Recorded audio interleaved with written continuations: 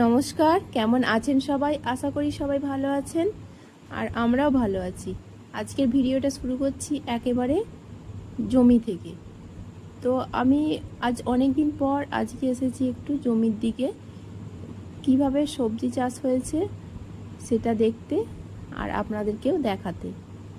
তো গ্রাম মানেই তো সেখানে চাষবাসটাই বেশি, এটাই হচ্ছে এখানকার জীবিকা। চলুন, এখানে চিচিঙে চাষ হয়েছে। তো এই সবজিটা আপনাদেরকে আগে দেখিয়ে দিই। এ দেখুন, গাছেতে কত চিচিঙে ঝুলছে। তো এরকম মাঠ ভরা সবজি দেখতে আপনাদের যদি ভালো লাগে অবশ্যই ভিডিওটিতে লাইক করবেন, কমেন্ট করবেন, আর চ্যানেলে কেউ নতুন হয়ে থাকলে অবশ্যই চ্যানেলটি সাবস্ক্রাইব করে রাখবেন। আর এবার পাশেতেই একটা ঝিঙে জমি আছে, তো কেমন ঝিঙে ফলেছে সেটাও আপনাদেরকে দেখাবো, দেখতে থাকুন। চলুন আগে উপরটা দেখিয়ে নিই। দেখেছেন কি সুন্দর পুরো সবুজ হয়ে রয়েছে চারিদিকটা। আসলে এই কদিনই তো উঠেছে গাছগুলো, তাই এত সুন্দর সবুজ। আর ঝিঙেও কিন্তু প্রচুর পরিমাণে ফলেছে। চলুন এবার ভেতরটা আপনাদেরকে একটু দেখাই। এই যে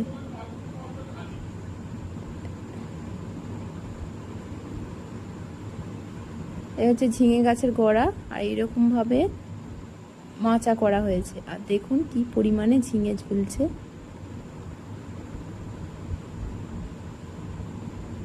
আমাদের গ্রাম বাংলায় এই দিকটাতে প্রচুর পরিমাণে সবজি চাষ হয়, সব রকম সবজি প্রায় পাওয়া যায়।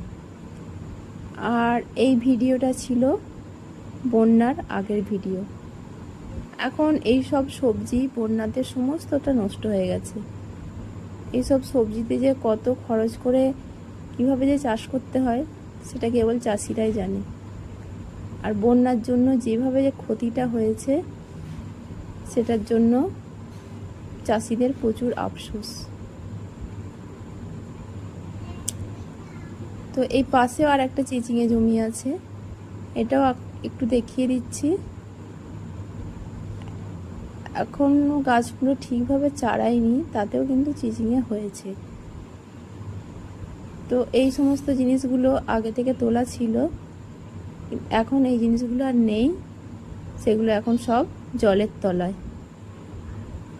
ভাবলেই কেমন একটা যেন আফসোস লাগে।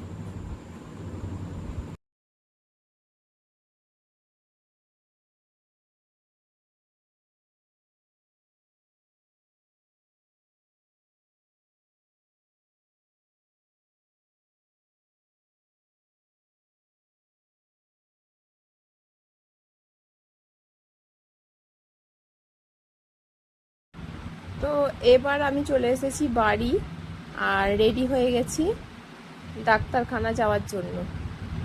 তো এটা আমার 3rd চেক আপ, অর্থাৎ এইবারে আমি বাপের বাড়িতে আছি আর এইখান থেকেই এইবারে চেক আপটা করাবো।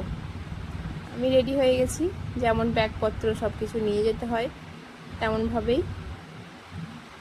আর আমি একা যাচ্ছি না, আমার সাথে মা বাবাও যাচ্ছে। তো আমি একটু এগিয়ে যাই,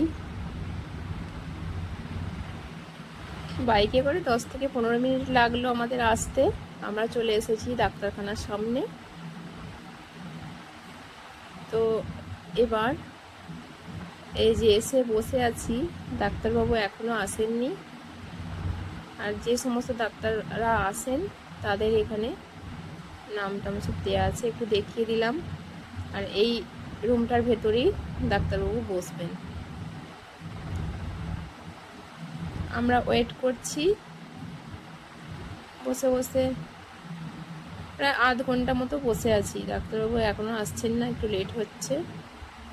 এই যে মা বসে আছে, আর ওই দিকটাতে বাপিও বসে আছে।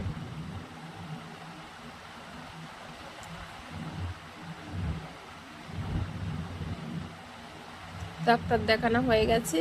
এবার আমরা একটা পেট্রোল পাম্পে দাঁড়িয়েছি, এখানে বাপি তেল ভরতে গেছে।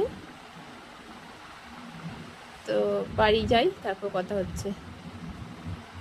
বাড়ির সামনে চলে এসেছি। এবার দেখাবো এইবারে কি কি ওষুধ টষুধ দিল।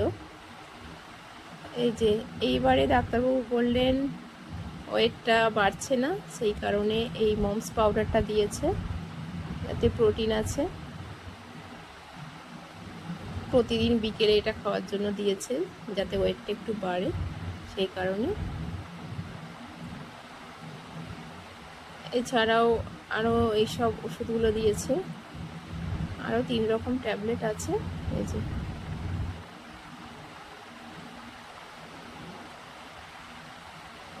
তিন রকম ট্যাবলেট, সিরাপ আর পাউডারটা দিয়েছে।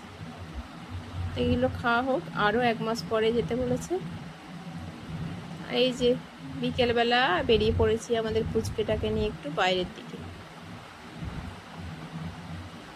পুচকুটা তো সবসময় বদমাইশি ছাড়া কিছু নেই, স্থির হয়ে থাকতে পারে না।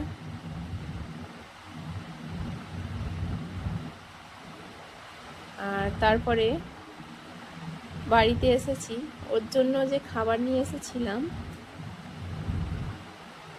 সেই খাবার ও আমাকেই খাওয়াচ্ছে। ওর তো খাওয়ার দিকে খুব কষ্ট, যে কোনো জিনিস মুখে তুলতেই কষ্ট হয়। একটু আধটু খাবে, তারপরে নষ্ট করবে, না হলে খাইয়ে দেবে। আজকে আমাকে খাওয়াচ্ছে, আমার তো খুব ভালো লাগছে। কি সুন্দর ছোট ছোট হাতগুলো দিয়ে খাইয়ে দিচ্ছে না। বাচ্চাদের সাথে এটাই একটা আনন্দ। তো যাই হোক, পুরো ভিডিও দেখলেন, ভালো লাগলে অবশ্যই সবাই লাইক কমেন্ট শেয়ার করবেন।